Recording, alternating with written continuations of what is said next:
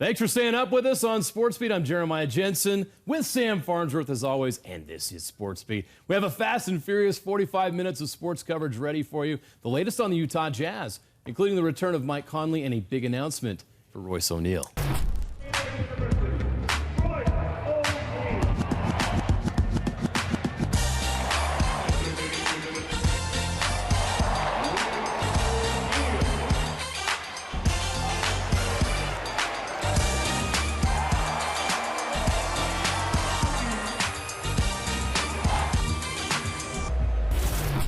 Oh, you love it. He went undrafted in 2015, then to pro ball in Europe for a season in Germany and a season in Spain. The Jazz gave him his chance in 2017, and now the Jazz are recognizing Royce O'Neal as part of the foundation of the future for this franchise. Today, the Jazz announced they have agreed to a contract extension with O'Neal that will keep him in Utah through the 2023-24 season.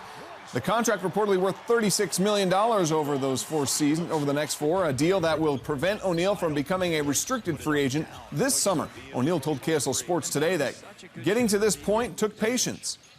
I mean, it was a long process, from the summer, to the training camp, to the beginning of the season till now. I'm just thankful, be patient. Thankful for the Miller family, Coach Quinn, coaching staff, everybody, just believing in me, giving me the opportunity.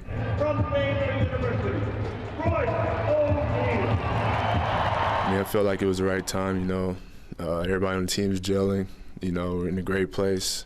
I felt I was really comfortable in my situation, playing a big role in the team, being in Utah, just being able to play basketball. It means a lot, thinking back from where I started, overseas to, the summer camps, mini camps, to where I am now. Just an honor being in the position that I am. Grateful for the opportunity. So, I could tell my story to, younger kids or everybody else, just the journey, never give up. Got to be happy for Royce. He has certainly earned it. Well, seeing the Jazz 10-game win streak come to an end Thursday in New Orleans was a downer. But there was so much energy in Vivint Arena last night as Mike Conley returned to action. Yeah, he missed the last 14 games with that hamstring injury, including the 10-game win streak. But Jazz fans gave him a proper welcome in his return last night.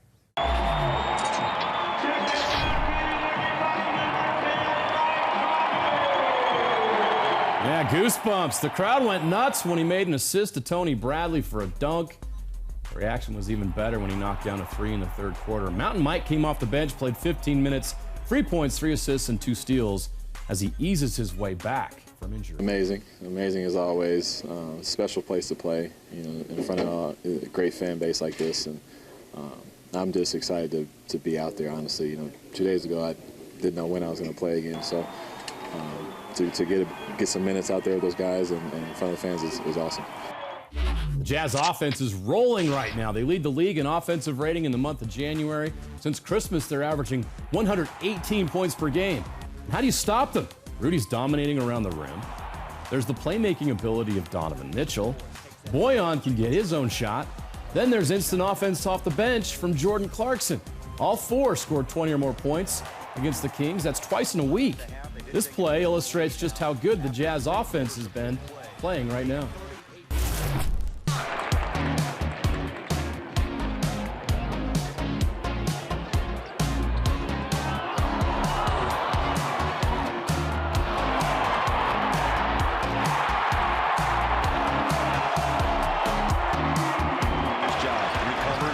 Fresh 14 on the clock. Hands it back to Clarkson. They go pick and roll. Back out, Royce O'Neal. Donovan over the top. Tough catch. Conley back to Royce on a dribble drive. How about that passing? Three is up. Got it. Unbelievable. That is just textbook Jazz basketball. Down that is playing with the pass. We need to take a short break. When we come back, college football news. Yeah, Matt Bushman and Khyiris Tonga explain why they're coming back for their senior seasons. Takes a glance. Shot clock at 4, down to 3.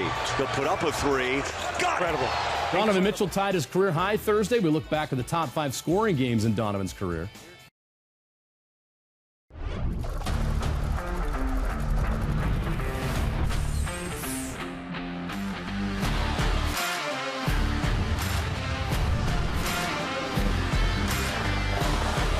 SportsBeat is brought to you by Ken Garth. We hear you. Rudy backs out, takes a long J, got it. Donovan, stagger step, 3-ball straight away. Yes! He's unbelievable. He takes on Gobert, goes baseline, the J is away, good. Looks high, the lob is away, tapped out, it's over. No! They called a foul. Oh, there's a foul in the back. Here we go. To tie. Got it. Crunch time. Rudy's there. No. Oh! And they're going to call a foul on Gobert. He's done. Donovan again straight away. It's out. And the horn sounds. And the 10-game winning streak ends. Gobert could only watch. Oh, heartbreaking. The Jazz were just one more play in regulation away from getting a win against the Pelicans, and they would now have a 12-game win streak, but we'll move on. So the Jazz, they've won 17 of their last 20, and Donovan Mitchell is playing at an all-star level. Yeah, he tied a career high Thursday in New Orleans, scoring 46 points in that overtime loss. It got us thinking, though, about his best games, which seems like the perfect topic for this week's Top 5. This is the key, puts it up and in! Donovan Mitchell! Number 5 on the list, Game 6 in the playoffs against Oklahoma City. Donovan Mitchell sunk 14 field goals, 5 for 8 from the three-point line, on his way to a 38-point night. The Jazz won by 5, and they won that series 4-2. Why not? Donovan, yes! February 2nd, 2018, also his rookie season, Donovan scored 40 points in a 129-97 win in Phoenix against the Suns. He was 14 of 19 from the field, 7 of 9 from 3. Also had 5 rebounds, 6 assists, and 2 steals. That's a good night. Mitchell between the legs, he'll fire straight away. Oh, the rookie just ice water the vein. On December 1st, 2017, Donovan ripped the nets against the Pelicans. 6 3-pointers on 12 attempts. Scored 17 points in the fourth quarter. Finished the night with 41 in a 6-point Jazz win. That's number 3 on tonight's list. O'Neal goes baseline. Kick out. Donovan 3. Rainbows it up. Bang! What a start by Mitchell. Last April in a game against the Denver Nuggets, he tied his career high with 46 points. He's 14 of 26 from the field, 5 of 8 from 3, 13 of 16 from the free throw line. Also had 7 rebounds, 4 assists, and 2 steals. That's crazy numbers. We play on. Here's Donovan. Stopping pop. Rainbows it up. Got it. And here comes Utah. And the final one, about a month before the monster game against the Nuggets that you just saw, Donovan matched that total with the Jazz down 17 in the fourth quarter against the top team in the NBA. He took over, scoring a game-high 46 in that come-from-behind win over the Bucks. He outscored Giannis by 3 points in that game as well. All right, the fans, they clearly can't get this one right, not right now at least. Donovan Mitchell still 7th for guards in the NBA All-Star vote in the West, behind guys like Steph Curry and Alex Caruso. What's the deal? The proof is in the numbers, especially in the clutch. Over the past 10 games he's played, his field goal percentage jumps to 67% in the fourth quarter. Conley was sharing Mitchell's praise this weekend and his love for him in last night's win. I don't see how you can leave them off. The way they've been playing, the way they've been leading this team to 10 straight wins, and up there in the top of the West. And there's so many things down the line you can talk about, but those guys deserve it. Thanks. Yeah. Thanks. Anytime, man. I just want to see you. I'm happy. Oh, that was sweet. The Jazz host the Pacers Monday night. The Pacers are a dang good basketball team. They win on the road tonight in Denver. Domantas Sabonis had a triple-double, 22 points, 15 rebounds, 10 assists. Game was in doubt late when Doug McDermott gives the Pacers a lead with a 3. He had 24 off the bench, 6 of 7 from 3. Then Malcolm Brogdon, dagger, with a slam. He had 22, gives the Pacers a 5-point lead to cap off the win. I'm sure the Jazz appreciate that help. Our play of the day comes to us from deep in the heart of Texas. Derek Jones from the Heat, with no respect for former Ute Jakob Poeltl. The nasty putback. This is worth a look from every angle they've got. One more coming right at you. In the end, though, the Spurs had more firepower, and they won the game 107-102. All right, the latest Western Conference standings show the Jazz and Nuggets now tied for third at 29-13. The Jazz just a half game back of the Clippers for second, 2 games up on the 5th place Dallas Mavericks, who were good too. The BYU football team faces a daunting schedule in 2020. Utah, Michigan State, Arizona State, and Minnesota on the road. And that's just the first month. That's why news that some key seniors are returning was welcome news in Provo. This week was our first chance to hear from Matt Bushman after he decided to return to BYU for his senior season. In 2019, the tight end caught 47 passes for 688 yards and 4 touchdowns. At his age, the NFL was tempting, but he has unfinished business at BYU. Okay, if I stay, I can definitely improve on some things. Hopefully,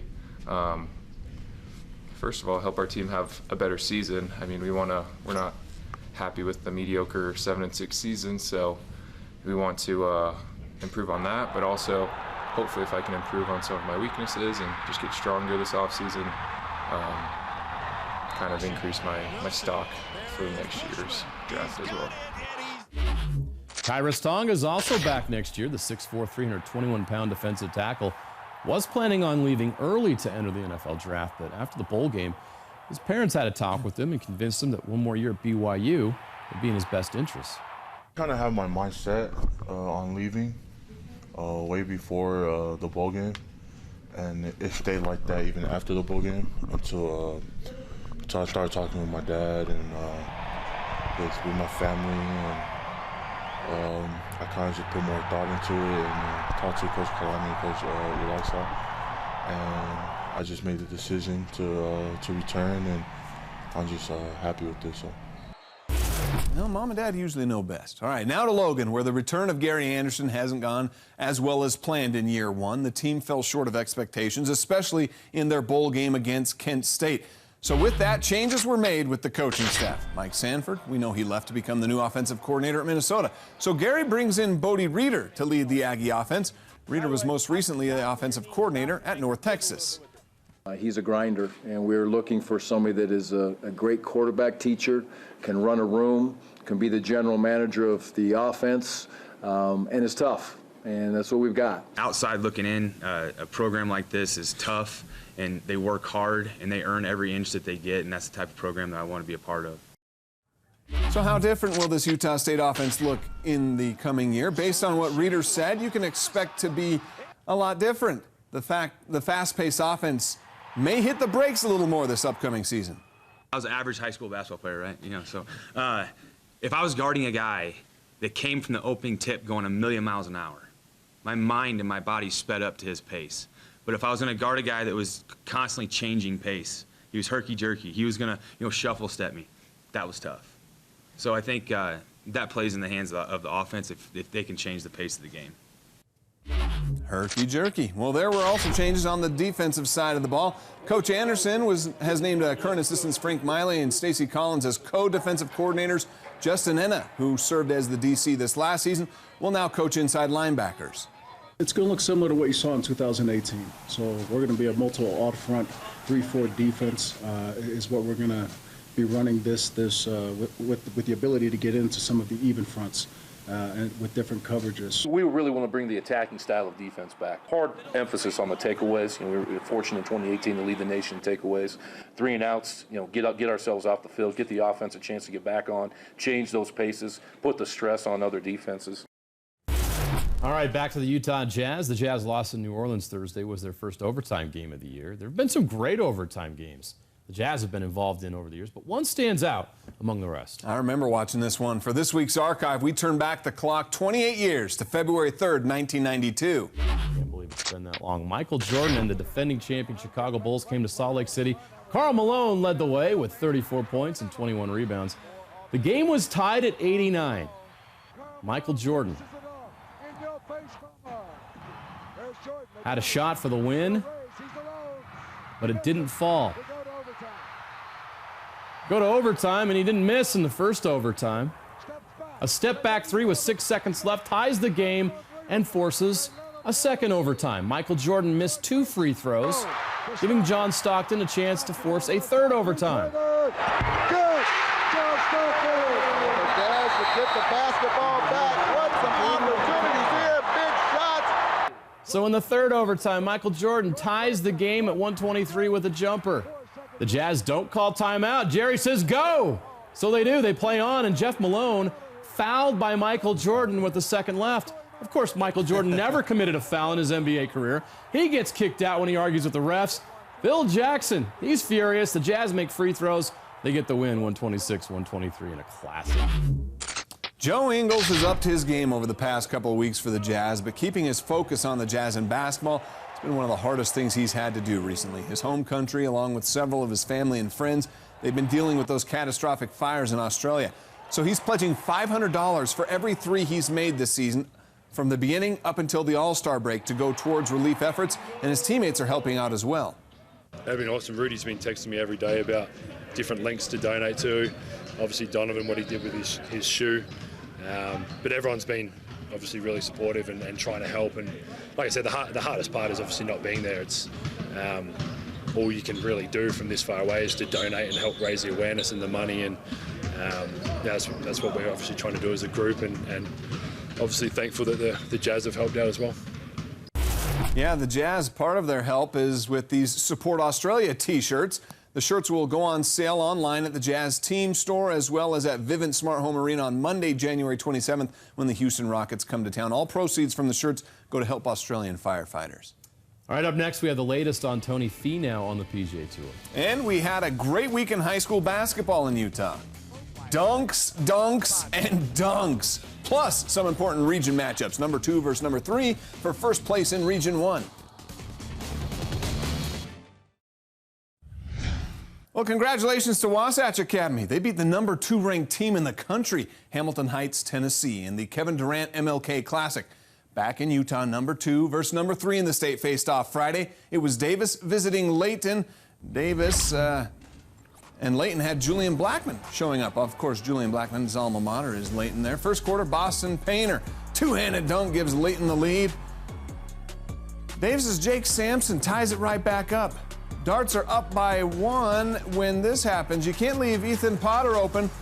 Close game till the end. Layton stays perfect, though, with the win. This is Friday night. Box Elder hosting Bountiful. This game turned into a dunk contest. Bountiful's Robert Whaley with the left hand. Later in the second quarter, he shows his skill with a spin move in the post. He's just a junior. 3 minutes later, he does it again for an and one. Box Elder can play above the rim, too. This is Parker Buchanan, 6'7" junior. And this is Bountiful's Cam Chisholm. Beating the halftime horn for 3 of his game-high 29 points. He made 6 threes. Whaley with another stuff in the lane. He had 18 points. Box Elder down 10. They keep battling, though. Buchanan with a steal and slam in one motion. He had 20 to lead the Bees, but Bountiful holds on for the 11-point road win. Skyview, number 1 in 4A and RPI, hosting number 4 Ridgeline. Big game in Cache Valley. Future Utah running Ute Mason Falslip with 17 points. His teammate Sam Phipps led the Bobcats with 23, some of them coming on dunks. Ridgeline cut the Skyview lead to 8 in the 4th, but Phipps' defense coming up big. The steal and the dunk. Skyview takes sole possession of first place in Region 11. Bear River versus Mountain Crest, down 3 in the final 20 seconds. They missed the first 3, but on the third one, Tanner Bone in the corner connects, so we go to overtime. But in OT, Bear River pulled away. They win 84-75. Fun games. Pleasant Grove gets a big road win in Region 4, taking down Corner Canyon. This is Jamari Egbert of Pleasant Grove with the hammer. Second half, time running out in the third. Isaac Vaha at the buzzer. On its way and in. He led the Vikings with 22 points in their win. Westlake and Skyridge facing off in Region 4 Friday night. Braden Housley had a big game for the Falcons. Scored 7 of the first 9 to finish with 28 on the night. Duncan Reed had a great game too. 21 points, and he found a spot there. Back-to-back threes from the wing. Skyridge wins in a blowout, 98-72. So Skyridge had a great week. Before they beat Westlake, they went on the road and won at Corner Canyon. The defending 5A state champs. Impressive wins. Here's how they did it. Skyridge built a 16-point lead in the first. Trevin Snoddy throws down a naughty jam. But Corner Canyon rallied to send it to overtime. In OT, Chargers down 1, a chance for the win. Snoddy with the block leads to a fast break layup from Duncan Reed. He had a game-high 23. One last chance. Trace Ross For the tie, it's no good, and Skyridge held on for the 59-56 win. On Tuesday, Bountiful made the trip to Mount Pleasant to play Wasatch Academy. This is Leo Colmerio flying down the lane for a dunk. He's from Brazil, committed to Fresno State. Here's Mady Sissoko, committed to Michigan State.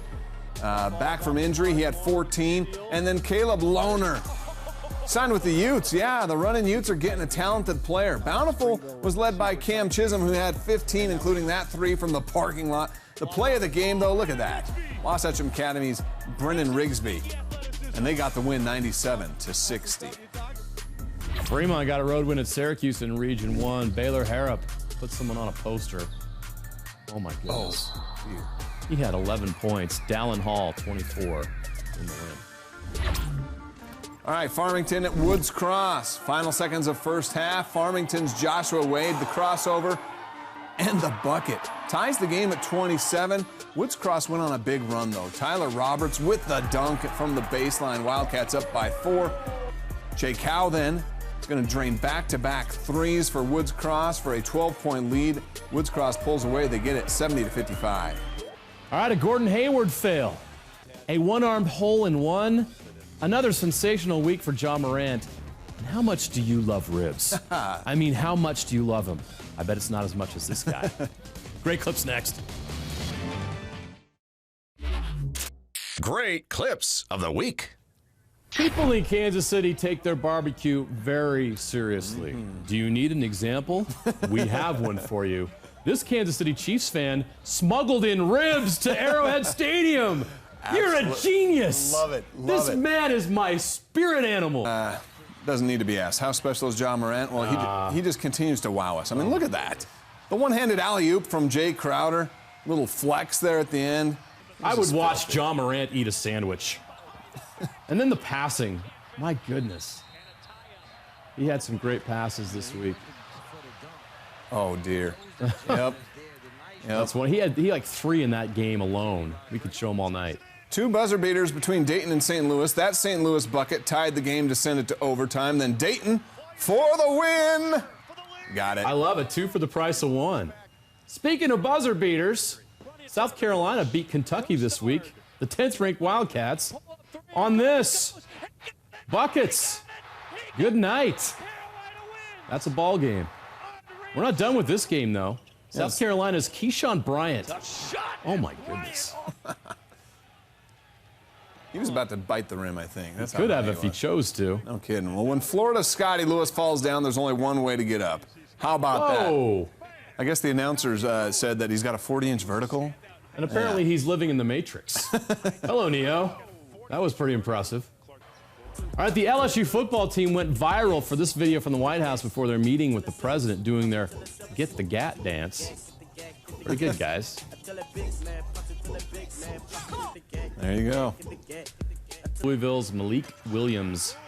Oh, my goodness. This dunk seals the Cardinals' upset win on the road against Duke. He's going to be sore for a week. All right, Utah Grizzlies goal. The Grizzlies made it. Williams! Eric Williams of the Utah Grizzlies. Woo-wee! That's nice. That's Kyle Lowry. That is the strangest shot I've ever seen. And of course it goes in, nothing but net, right? Kyle Lowry, a magician. And one. Still can't figure that out. That's just wild. Pretty Aaron cool. Gordon passes to himself, you know, and when you're trying to get a triple-double, I guess that's maybe one way. Does he get an assist for that? 2 for 1, right? Rebound and the putback dunk. 2 points. Count it. All right, Gordon Hayward had a rough weekend. Uh-oh. Gordon. Oh. It's going to haunt him. Probably wouldn't have won the game anyway, but they definitely weren't going to win it after that. But Gordon actually is having a pretty good year. Gordon's always happy. Jazz fans don't want to hear that. He's doing all right. So this week, Jazz, Pacers tomorrow night. The Pacers, for some reason, Sam, have given the Jazz a lot of problems. They got swept by them last year. Didn't go well in Indiana this year. And then I would say second on a back-to-back, but Pacers clubbed the Nuggets tonight. Playoff team, and that's a favor for the Jazz, hopefully, right? Beat the Nuggets, come here, lose to the Jazz. If the Jazz can take care of business, it will be.